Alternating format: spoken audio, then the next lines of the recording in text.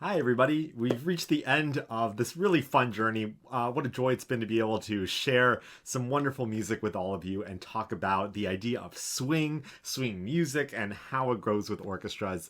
Once again, I'm so proud of all of you for continuing to use your creativity and your imagination to make music, to listen to it, to think about it. It's all the amazing things that we need in this year that things have not quite gone our way.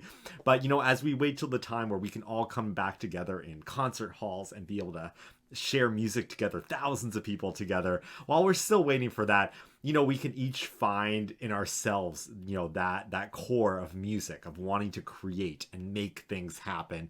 And I'm just so happy all of you are continuing on this journey with us. And I really hope you'll have a chance to come to the concert hall and hear the Eugene Symphony all together, and playing. So in the meantime, we've got a couple more composers to meet, and I wanted to finish with what's going on today, right? Music is a live entity. It is something that is changing every single day.